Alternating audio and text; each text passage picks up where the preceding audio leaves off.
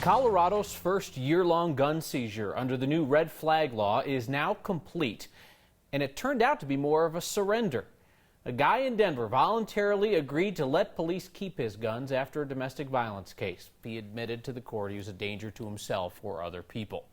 If police try to keep his guns for longer than a year, he can ask for a hearing. We're not naming that guy because he wasn't charged with a crime.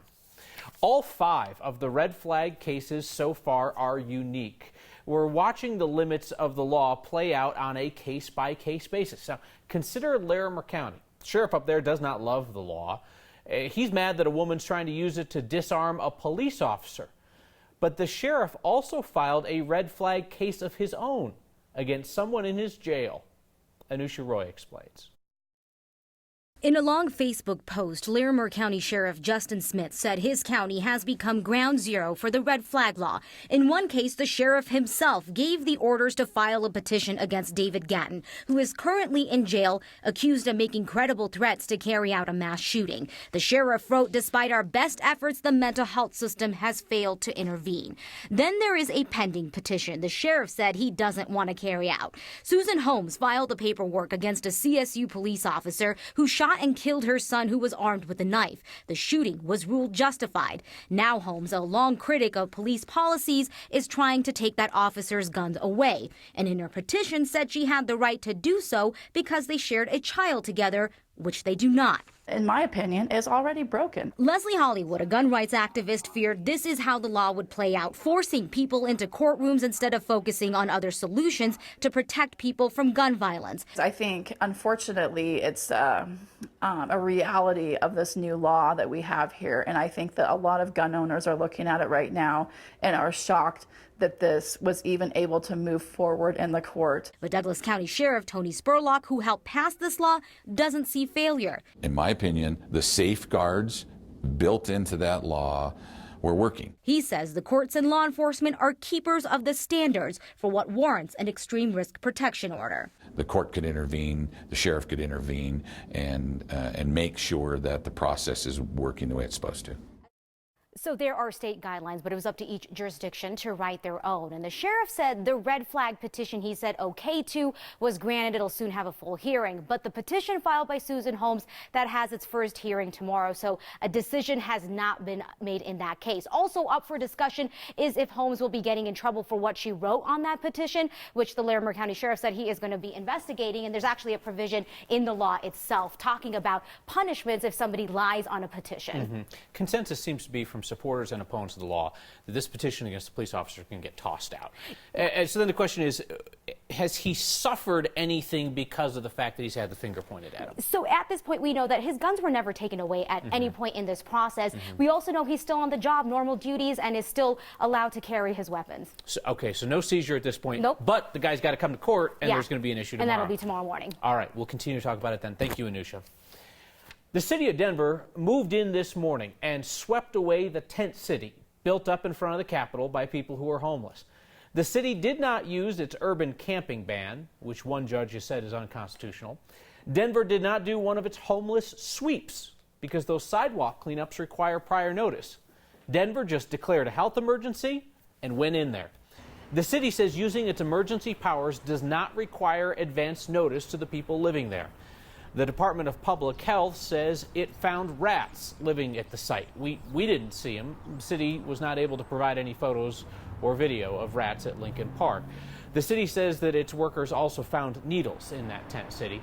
About 100 people were living there, and today I saw they were just kind of scattered around other public spaces nearby. Rats. So that is what the city of Denver went with today. And you knew it had to be something. You had to know that Denver was not going to allow a tent city to sit in front of the state capitol.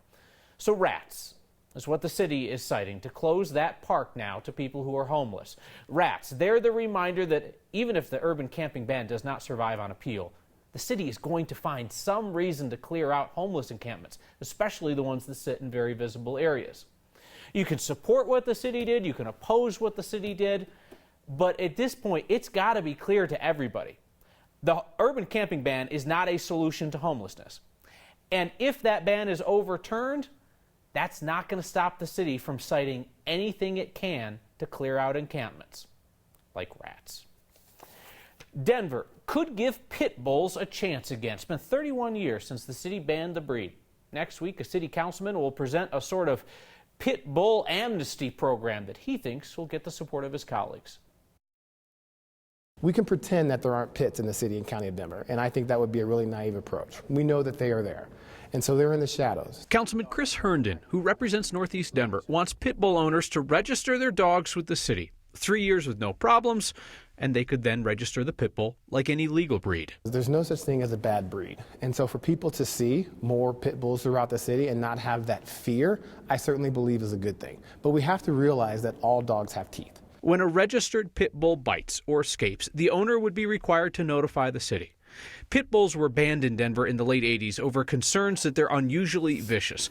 Herndon says studies have debunked that, but he still bears the political scars of trying to push a full repeal on city council. My conversations before were about outright repeals. And then you put people in their respective corners. Politics is the art of compromise. What's some way I can find a middle ground that more people can agree with? And I think we hit it this time. This proposal would also allow animal shelters and humane societies in Denver to take in pit bulls and adopt them out within the city limits, so long as those dogs are automatically enrolled in the registration program. Talked to Denver Dumb Friends League today. They support this idea. Their stats indicate that pit bull owners are even sometimes afraid to come forward and claim a lost pet because they think they're going to get in trouble. Immigration agents are escalating their fight with the city of Denver, which of course welcomes the term sanctuary city, but insists that it complies with federal immigration law. Mayor Michael Hancock's office says it's reviewing ICE subpoenas for information about inmates while stressing that those subpoenas did not come from a court of law. The city attorney's office says the city notified ICE when 3 of those inmates were released and will do the same for a 4th. The city says the subpoenas were looking for additional information, and until they come from a court, they'll stick with the usual plan of complying just as much as required. Colorado Congressman Jason Crow got a pen today. Democratic House Speaker Nancy Pelosi gave them to her hand-picked impeachment managers, the members of Congress who will take the impeachment documents that Pelosi signed over to the Senate for President Trump's impeachment trial. This is a high-profile role for Crow, who's just in his first term in Congress. You may hear 2 fallacies from the national media about Representative Crow's selection to be an impeachment manager. The first is that picking him is somehow risky for Democrats because he's in a swing district. Not really. Crow's district in the Denver suburbs, it's trended reliably toward the Democrats, and he won by double digits. You also might hear that Crow was picked because he was a late holdout against impeachment. Not really. Crow signed a letter along with fellow military vets in the Democratic caucus that included some of the last holdouts, but we knew at that point that Crow was on board with impeachment. A group of hospitals in Colorado is suing the state over the new reinsurance program that was just put in place by Democratic Governor Jared Polis and the Trump administration. The program is designed to create cheaper health insurance premiums for Coloradans by relying on federal and state funding to help insurance companies pay for expensive claims. The state eventually wants to collect $40 million in fees from hospitals, but says it's still ironing out how and when to do that. This lawsuit against the State Division of Insurance says hospital fees were enacted through an improper and illegal process without public comment. They say the hospitals could lose their license if they don't determine how they'll pay those fees. Division of Insurance says the rule the lawsuit cites hadn't been finalized. Spokesman says the division is disappointed. They'll defend the program. Whew, a lot of that was pretty heavy stuff. It's time for a beer. And the whole purpose is to be as earth-friendly as possible while making something yummy and delicious. Colorado has more than 300 breweries, but only one making beer like the place we visited in the southwest part of the state.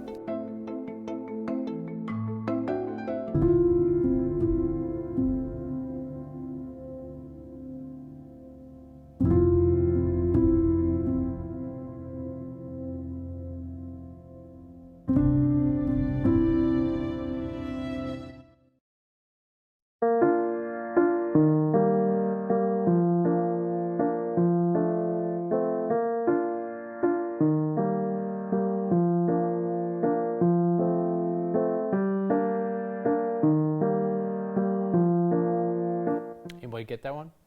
Making beer takes a tremendous amount of resources, from water to energy. That's why you'll find a lot of craft brewers are pretty conscious about their environmental footprint. One brewery in southwest Colorado took that a step further, using the Earth's energy to make their beer.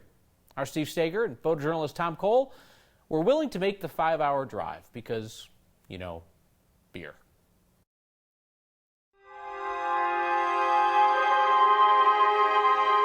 It's a cold valley, and we get temperature inversions, so there are times when the entire downtown area will fill with steam. On cold winter mornings, the town of Pagosa Springs covers itself in a blanket woven from water bubbling below its surface. It's just a reminder that we have this amazing resource here. It gives Pagosa Springs its name. The mother spring, that is the deepest geothermal hot spring in the world, verified by Guinness. Hot water is the center of this town's economy. Most people think of a geothermal hot spring as a place to go and soak in pools. But brewery owner Jason Cox sees something else in that steam. If you take it further, you say, wait, I've got a bunch of hot water coming out of the ground. How can I use that in an efficient manner to actually do work? His brewery, Riff Raff, sits in an old Victorian home along Pagosa's Main Street.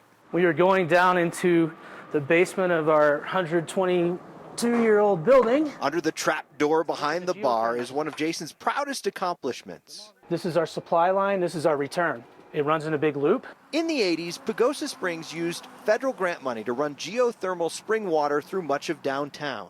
This is 135-degree water. Riff Raff tapped into that line in 2013. So this is our geothermal heat exchanger. This system uses heat from the spring water to warm all the rest of the water the building and brewery uses. It's already at 130, 135. So it takes a lot of the energy load off of our brewing systems. Now, Jason knows what you're thinking. At first, a lot of people think, oh my gosh, you've got this spring water in my beer. It's like, no, we're using the heat, but not the water itself. There's no sulfur or minerals in it, except for what we add. He calls it earth-powered beer and says it's earth empowering too. It's important to understand that we have resources available that we can use if we just think about them in a different way. The same water used to relax can get an awful lot of work done. It's just a tiny little window into this vast hot water resource we have underneath us. For Next in Pagosa Springs, I'm Steve Stager.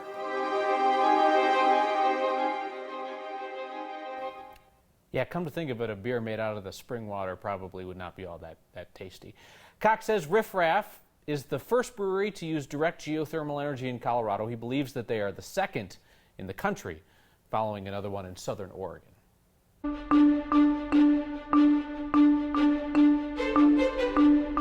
So cool, and I love that area of Colorado. They are going to be looking at a winter storm rolling in tomorrow. But around Denver, it has been tough to find any snowfall throughout the month of January. I know we're only halfway there, but top 10 least snowiest Januaries here in the city back in 2003 and 1934. Right now, we're in the running for that #1 spot. We do have one snowstorm. There we go. Snowstorm out to the south. That one is going to push up as we head toward tomorrow morning for the southern part of the state. Here in Denver, we really won't see much of that. Mostly clear skies, and tonight we're down to 19, teens, 20s along the eastern plains. A little colder up in the mountains as we have mostly clear skies out there. The rest of this evening into tomorrow morning, it's quiet, and then here we go. There's that snowfall that rolls in toward Durango and Pagosa Springs. 5, 6 o'clock, mostly cloudy skies here for the city, but no snow in sight. We do have a winter storm watch in place for the San Juans. About 6 to 12 inches. On top of that, extremely gusty winds, and the east side above about 10,000 feet, 10 to 20 inches possible. Tomorrow, 48 here in the city. Will stay in the 40s along the plains, with 30s going up in the mountains. Your 7-day forecast, low 50s, but that next storm system that rolls to the northern and central mountains, that one will just bring us here in the city some stronger winds, but once they scoot out, so far the weekend looks mild and dry. You think Colorado has transplants today? You should have been here in 1859. The gold rush created Colorado. A unique look at our state's first development boom. Next.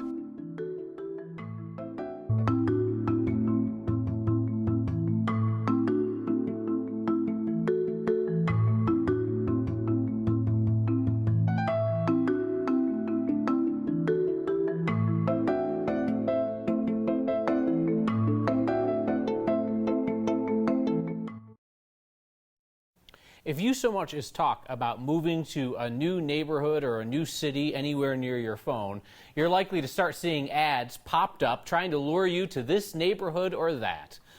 Back in the mid-1800s, their version of those "move here, you'll love it" ads were maps. Maps luring people to Colorado with the promise of a fortune in gold. This one shows the area that became Colorado, but here we're seeing it before the gold rush of 1859. My name is Wes Brown, and I have been a lifetime collector and student of maps and the history of exploration. In the fall of 1858, the word gets back that there's gold in western Kansas. So when spring comes, there's this massive flood of individuals who come out to the Denver area.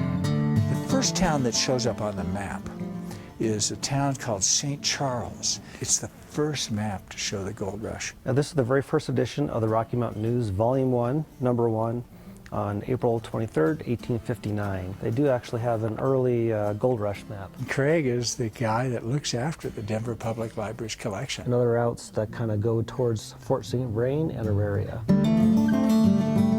This is a wonderful example of a map that shows how the businesses were trying to cash in on these thousands of people coming out west. Its interest is in getting people to buy tickets and get on that railroad train. The problem is it's 450 miles on foot to get from there to the gold rush.